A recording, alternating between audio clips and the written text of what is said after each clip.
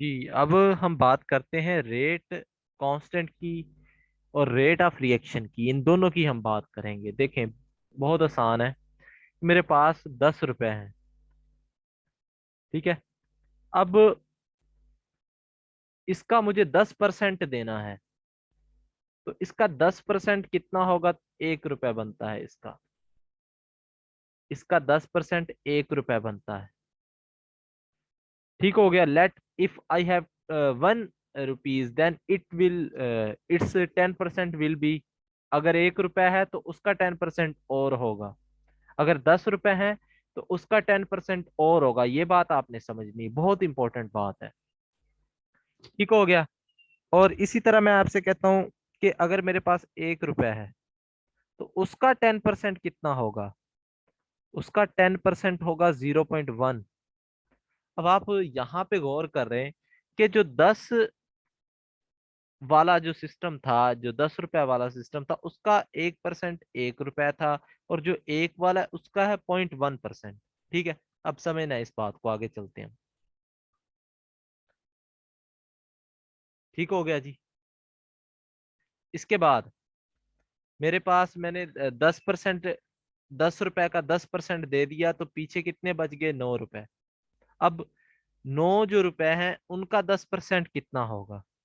जी, 9 रुपए का 10%। इसको भूल जाए 1 रुपए वाली बात को। अब 10 से हम स्टार्ट कर लिया हमने।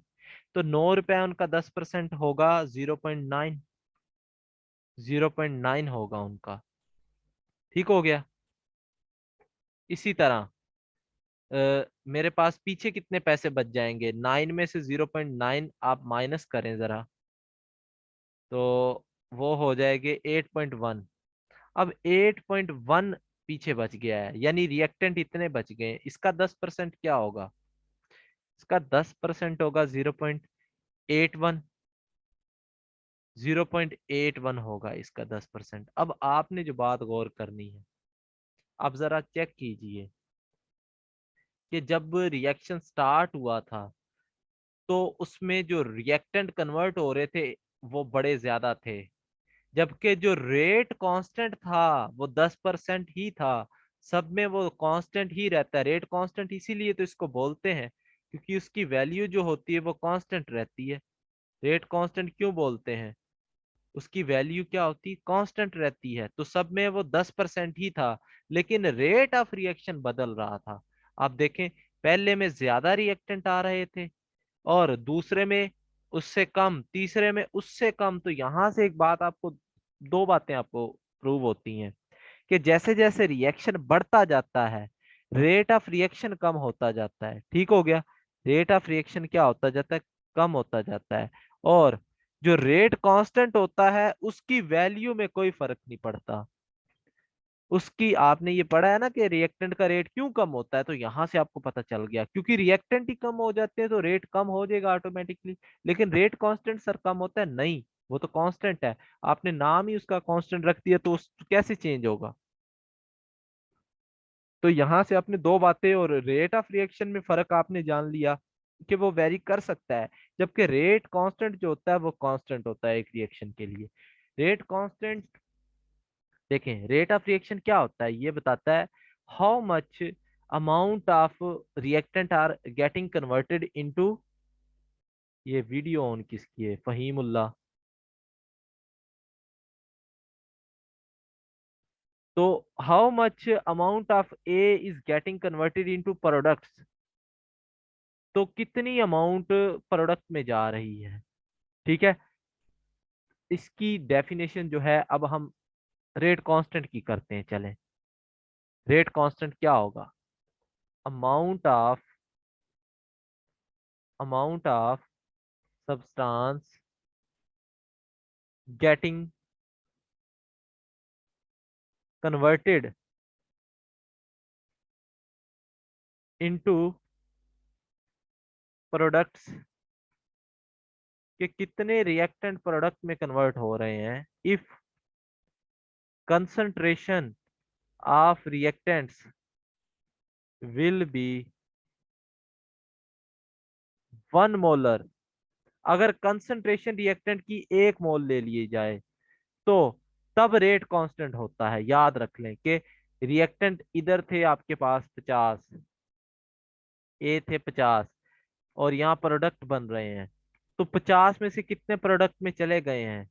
अगर इसकी जो आप कंसंट्रेशन ले लें वो 1 मोल ले लें, 1 मोल, तो ये होता है एक्चुअल में रेट ऑफ, रेट कांस्टेंट होता है। ठीक हो गया? तो आई थिंक आपको डिफरेंस समझ आ गया होगा कि रेट कांस्टेंट और रेट ऑफ रिएक्शन में क्या डिफरेंस है बेसिकली। अब एक यूनिट्स का क्वेश्चन आता है पीपीएससी में, बहुत दफा आया है वैसे। यूनिट्स ऑफ रिएक्शन पूछ लेते हैं, इसकी ट्रिक बता देता हूँ आपको कि किस तरह से आपने किसी भी ऑर्डर के रिएक्शन की यूनिट निकालने। ठीक है, हमारे पास है के, ये रेट कांस्टेंट होता है, इसी के हमने यूनिट निकालने होते हैं। तो ये फार्मूला है हमारे पास, मोल पर डीएम क्यूब, बाहर लिखना है पर सेकंड, और ऊपर इसके लिख देना है 1 - n। अब n यहाँ पे ये ऑर्डर ऑफ रिएक्शन है, अगर n 0 हो फिर क्या यूनिट होंगे? अगर 0 ऑर्डर रिएक्शन हो तो k will be equal to mole per dm cube, यहाँ पे 1 - 0 पर सेकंड। तो यहाँ से आपके पास हो जाएगा मोल पर डीएम क्यूब पर सेकंड, ये 0 ऑर्डर रिएक्शन के यूनिट हो गए। इसी तरह आप 1 के लिखेंगे तो ये 1 1 0, और ये पूरी 1 हो जाएगी, और पर सेकंड हो जाएगा वो फर्स्ट ऑर्डर का। तो आप किसी भी ऑर्डर के रिएक्शन के जो यूनिट है वो इस फार्मूले से फाइंड कर सकते हैं। This is a best trick to find the unit. इसके बाद मैं हाफ लाइफ की आपको एक ट्रिक बताऊंगा, उससे आप हाफ लाइफ किस तरह से फाइंड कर सकते हैं। इसके बाद हम बात करते हैं, रेट की बात कर ली हमने, रेट कांस्टेंट क्या होता है उसमें डिफरेंस जान लिया। इसके बाद मालिक्यूलरिटी की बात करते हैं हम। मालिक्यूलरिटी क्या होती है? देखें जी, मालिक्यूलरिटी होती है number of molecules of reactants involved to form activated complex, activated complex in a single step reaction, in a single step reaction SSR। मतलब क्या है कहने का सर? देखें, यहाँ पे रिएक्टेंट के मालिक्यूल है ए बी सी, ये मिलते हैं और ये एक्टिवेटेड कॉम्प्लेक्स बना देते हैं। इसको ट्रांजिशन स्टेट को एक्टिवेटेड कॉम्प्लेक्स भी बोल देते हैं। कि यहाँ पे जो बॉन्ड फॉर्मेशन और ब्रेकेज होती है वो शो करवाई जाती है, आप लोगों को आइडिया है। तो एक सिंगल स्टेप हो, उसमें कितने molecule, number of molecule involve होते हैं रिएक्टेंट के, वो ट्रांजिशन स्टेट को बनाने के लिए या एक्टिवेटेड कॉम्प्लेक्स को बनाने के लिए, उसको किसी भी रिएक्शन की, सिंगल स्टेप रिएक्शन की मालिक्यूलरिटी बोल देंगे। तो इसकी क्लासिफिकेशन 3 तरह से की जा सकती है। नंबर 1 आपके पास हो सकता है यूनिमालिक्यूलर, यूनिमालिक्यूलर। इसके बाद आपके पास हो सकता है बायोमालिक्यूलर। इसके बाद आपके पास हो सकता है टर मालिक्यूलर रिएक्शन, टर मालिक्यूलर।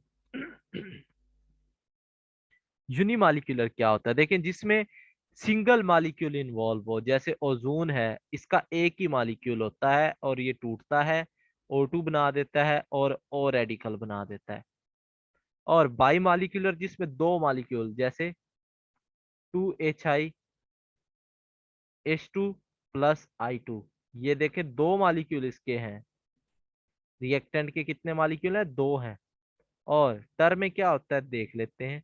इसमें 2NO मिलता है और +1O2 का मालिक्यूल मिलता है, और ये 2NO2 बना देते हैं। अब देखें, इसमें 3 मालिक्यूल इन्वॉल्व है, इसमें 3 मालिक्यूल इन्वॉल्व है, 2NO के और एक ऑक्सीजन का, और ये इस तरह से टर मालिक्यूल रिएक्शन बना देते हैं। तो ये होती है मालिक्यूलरिटी, लेकिन ये वैलिड किसके लिए होती है? सिंगल स्टेप के लिए, सिंगल स्टेप रिएक्शन के लिए ये वैलिड होती है, ये बात नोट कर लें। इसके बाद हम ऑर्डर ऑफ रिएक्शन की बात कर लेते हैं, और ये हमेशा हमेशा होल नंबर में आती है, फ्रैक्शन में नहीं आती, इशारिये में नहीं आती। क्योंकि आधा मॉलिक्यूल तो रिएक्शन में पार्टिसिपेट नहीं कर सकता ना। Order of reaction, order of reaction क्या होता है बेटा? अभी मैंने वही तो बात आपकी बात ही करने जा रहा हूँ, सुन तो ले लेक्चर, डिफरेंस भी आपको क्लियर हो जाएगा। ऑर्डर ऑफ रिएक्शन क्या होता है उसकी अब हम बात करने जा रहे हैं। Order of reaction basically sum of exponents of molar concentration of reactant, कि रिएक्टेंट की जो मोलर कंसंट्रेशन है उनके ऊपर जो पावर होती है उनके सम को ऑर्डर ऑफ रिएक्शन कहते हैं। याद रखें, order of reaction different steps के लिए भी हो सकता है, और ये दोनों स्टेप्स के लिए हो सकता है, सिंगल स्टेप के लिए, सिंगल स्टेप के लिए भी हो सकता है, और ये मल्टी स्टेप के लिए भी हो सकता है। ये आप फाइंड कर सकते हैं, मल्टी स्टेप के लिए और सिंगल स्टेप दोनों के लिए हो सकता है ऑर्डर जो होता है किसी भी रिएक्शन का। अब जो सिंगल स्टेप होता है उसके केस में जो मॉलिक्यूलैरिटी होती है, मॉलिक्यूलैरिटी होती है वही आपके रिएक्शन का ऑर्डर होता है, वही ऑर्डर ऑफ रिएक्शन होता है। लेकिन मल्टी स्टेप के केस में molecularity is not order of reaction, molecularity is not order of reaction, वो ऑर्डर ऑफ रिएक्शन नहीं होती। कैसे, अभी देख लेते हैं। और दूसरी बात, मॉलिक्यूलरिटी जो होती है उसको आप बैलेंस्ड केमिकल इक्वेशन से फाइंड कर सकते हैं, जबकि जो ऑर्डर होता है ये एक्चुअल में फाइंड किया जाता है एक्सपेरिमेंट से। एक्सपेरिमेंट्स के बगैर आप ऑर्डर ऑफ रिएक्शन नहीं फाइंड कर सकते। एग्जांपल देता हूँ, rate of reaction is equal to K A की पावर 1 बी की पावर 2। अब यहां से ना आपको एक आइडिया मिल रहा है कि रेट ऑफ रिएक्शन जो है बी की डबल पावर पे डिपेंड कर रहा है, यानी कि रेट अगर आप 2 गुना करेंगे तो बी जो होगा वो 4 गुना हो जाएगा, मतलब बी भी 2 गुना बढ़ेगा। रेट अगर 2 गुना बढ़ा रहे हैं तो बी उससे डबल हो जाएगा, 4 गुना बढ़ेगा। रेट 2 गुना बढ़ा रहे हैं लेकिन बी कितना बढ़ रहा है, 4 गुना, तो मतलब रेट डबल होता होगा। और जो ए है ये सिंगल पावर पे डिपेंड कर रहा है, ए की रेट, मतलब 1 गुना अगर रेट बढ़ा रहे हैं तो जो कंसंट्रेशन अगर ए की 1 गुना बढ़ा रहे हैं तो रेट भी 1 गुना बढ़ेगा। अगर बी की कंसंट्रेशन आप डबल कर रहे हैं तो रेट भी डबल डबल हो जाएगा, उसका जो 4 गुना बढ़ जाएगा। ठीक है, तो आपको ये चीज बता देता है। अब इसका ऑर्डर कैसे निकालना होता है? ऑर्डर बेसिकली ये एक्सपेरिमेंट से निकलता है, ऐसे नहीं निकलता। ऑर्डर जो होता है इसका सम होता है एक्सपोनेंट का, ये एक्सपोनेंट होते हैं पावर जो होती है, इसकी पावर ये n प्लस एम इसको बोल देते हैं।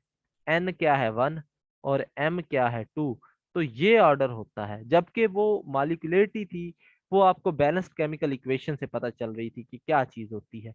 और एक बात याद रख लें, ऑर्डर जो होता है ये फ्रैक्शन में भी हो सकता है, पॉइंट्स में भी आ सकती है इसकी वैल्यू, क्योंकि ये पावर हाफ पे भी डिपेंड कर सकता है, 0.25 पे भी डिपेंड कर सकता है। लेकिन जो ऑर्डर जो मॉलिक्यूलरिटी होती है वो कभी भी फ्रैक्शन में नहीं आएगी, वो होल होती है, होल नंबर होती है, क्योंकि उसमें मॉलिक्यूल इन्वॉल्व कर रहे होते हैं, यहाँ पे पावर इन्वॉल्व कर रही होती है। तो ये मेन डिफरेंस है ऑर्डर ऑफ रिएक्शन में और मॉलिक्यूलरिटी में। इसके बाद बात करते हैं हम रिएक्शन इंटरमीडिएट की। इंटरमीडिएट, इंटरमीडिएट बेसिकली वो चीज होती है जो रिएक्शन के दरमियान बने और उसी के रिएक्शन के एंड पे कंज्यूम हो जाए, एंड में ना आपको नजर ना आए कहीं पे, बने भी सेम रिएक्शन में और उसी में कंज्यूम हो जाए, उसको इंटरमीडिएट बोलते हैं। ठीक है, अच्छा, तो ये इंटरमीडिएट होता है, याद रखना, इसको नोट करना है आपने। इसके बाद एक एग्जांपल हम कर लेते हैं, टाइम है हमारे पास 1-2 मिनट और हम देख लेते हैं कि ये रिएक्शन है आपके पास और आपको ये एक एग्जांपल दी हुई है एज इट इज, और आपने इसका ऑर्डर बताना है कि ए की कितनी एनओ की पावर पे कितना डिपेंड कर रहा है और ऑक्सीजन की पावर पे। रेट ला है इसका के एनओ की पावर एक्स एंड O2 की पावर y। अब यहाँ पे ये आपको एक्स वाई फाइंड करने हैं। तो आपको कंसंट्रेशन दी हुई है, इनिशियल कंसंट्रेशन जो NO की दी हुई है वो मैं आपको लिख देता हूँ यहाँ पे। ये गिवन होगा अगर आपको इस तरह का क्वेश्चन आता है ना, 0.30, 0.60 एंड 0.30 अगेन 0.60, ये NO की कंसंट्रेशन है। फिर हम ऑक्सीजन की किसी और कलर से लिख लेते हैं O2 0.30, ये भी है 0.30 और 0.60 एंड 0.60। इसके बाद रेट कितना है वो हम यहाँ पे लिख देते हैं, रेट रेड से लिख दें। रेट है जी, इसका है 0.096 R1, इसका है 0.384 R2, इसका है 0.192 R3 और इस स्टेप का है 0.768। ये फोर डिफरेंट स्टेप्स पे कंसंट्रेशन और डिफरेंट कंसंट्रेशन और रेट लिए गए हैं। अब हमने इसके अकॉर्डिंग बताना है एक्स की वैल्यू क्या और वाई की। अब देखें, एक होता है रेट को फाइंड करने का, वैसे एंड में बताना था, चलें सुन ले। अब इनिशियल कंसंट्रेशन से हम रेट फाइंड कर रहे होते हैं। इनिशियल कंसंट्रेशन से रेट फाइंड करने का मेथड क्या होता है, अब गौर से समझना है कि एक रिएक्टेंट की वो कंसंट्रेशन लेनी है जो तब्दील ना हो रही हो, कांस्टेंट होनी चाहिए। जैसे ये पहला पहला केस देख लें, ये और ये कांस्टेंट है, और दूसरे की वो इनिशियल कंसंट्रेशन से स्टार्ट करना है, इनिशियल से स्टार्ट शुरू से लेना है। दूसरे की वो लेनी है जो वेरी कर रही हो। अब ये NO की कंसंट्रेशन यहाँ पे वेरी कर रही है, ऑक्सीजन की कांस्टेंट है। अब देखें कितनी, NO की डबल हो रही है कंसंट्रेशन, तो इसका रेट कितना चेंज हो रहा है वो देखें जरा। रेट इसको अगर देखें तो ये 4 टाइम चेंज हो रहा है। तो मतलब अगर आप NO की दो कंसंट्रेशन रखते हैं तो रेट आपका 4 हो रहा है, तो इट मींस NO की पावर 2 है, कहीं पे NO की पावर 2 है। क्यों 2 है सर, अभी आप देख लें कि NO की 2 कंसंट्रेशन रख रहे हैं तो रेट की वैल्यू 4 निकल कर आती है। तो 2 2 आर 4, तो रेट की वैल्यू ऑटोमेटिकली 4 आएगी। तो हमें ये पता चल गया NO की वैल्यू कितनी है, 2। अब एक्स की निकाल लेते हैं। अब एक्स की ऑक्सीजन के लिए क्या करेंगे आप, वाई की निकालनी वैल्यू अभी। ऑक्सीजन के लिए आप क्या करेंगे सर, इसकी कंसंट्रेशन वो ढूंढनी है जो कांस्टेंट हो। आप देखें इसकी कंसंट्रेशन कहाँ पे कांस्टेंट है, ये वाली कंसंट्रेशन इसकी कांस्टेंट है 0.30, यहाँ पे भी है और यहाँ पे भी है। और यहाँ पे देखिएगा 0.30 और 60 ये वेरी कर रही है। वही रो वही कॉलम आपने चूज करना है। तो यहाँ पे डबल हो रहा है ऑक्सीजन का रेट, वैल्यू कंसंट्रेशन डबल हो रही, तो रेट पे क्या इफेक्ट हो रहा है वो देख लेते हैं इसी रो में। तो यहाँ पे अगर आप नोट करें तो 2 टाइम्स रेट बढ़ रहा है, इसको ऐड करेंगे 2 टाइम्स, तो इट मींस कि इसकी पावर अगर 2 है तो 1 होगी पावर, रेट भी 2 टाइम्स है। तो यहाँ पे आपको पता चल गया ये 1 आ गया। तो ऑर्डर ऑफ रिएक्शन कितना हो जाएगा, 2 + 1 विल बी इक्वल टू 3। तो इससे आप ऑर्डर ऑफ रिएक्शन फाइंड कर सकते हैं। इसको इनिशियल रेट लॉ मेथड बोलते हैं, जिससे आप किसी भी रिएक्शन का रेट फाइंड कर सकते हैं। तो आज हम यहाँ पर ही एंड करते हैं। कोई सवाल आप लोगों का जो समझ ना आई हो बात वो पूछ सकते हैं जी। 2 4 मिनट हैं जो उसमें आप, आपके लिए मैंने एक क्वेश्चन बस आज के लिए जस्ट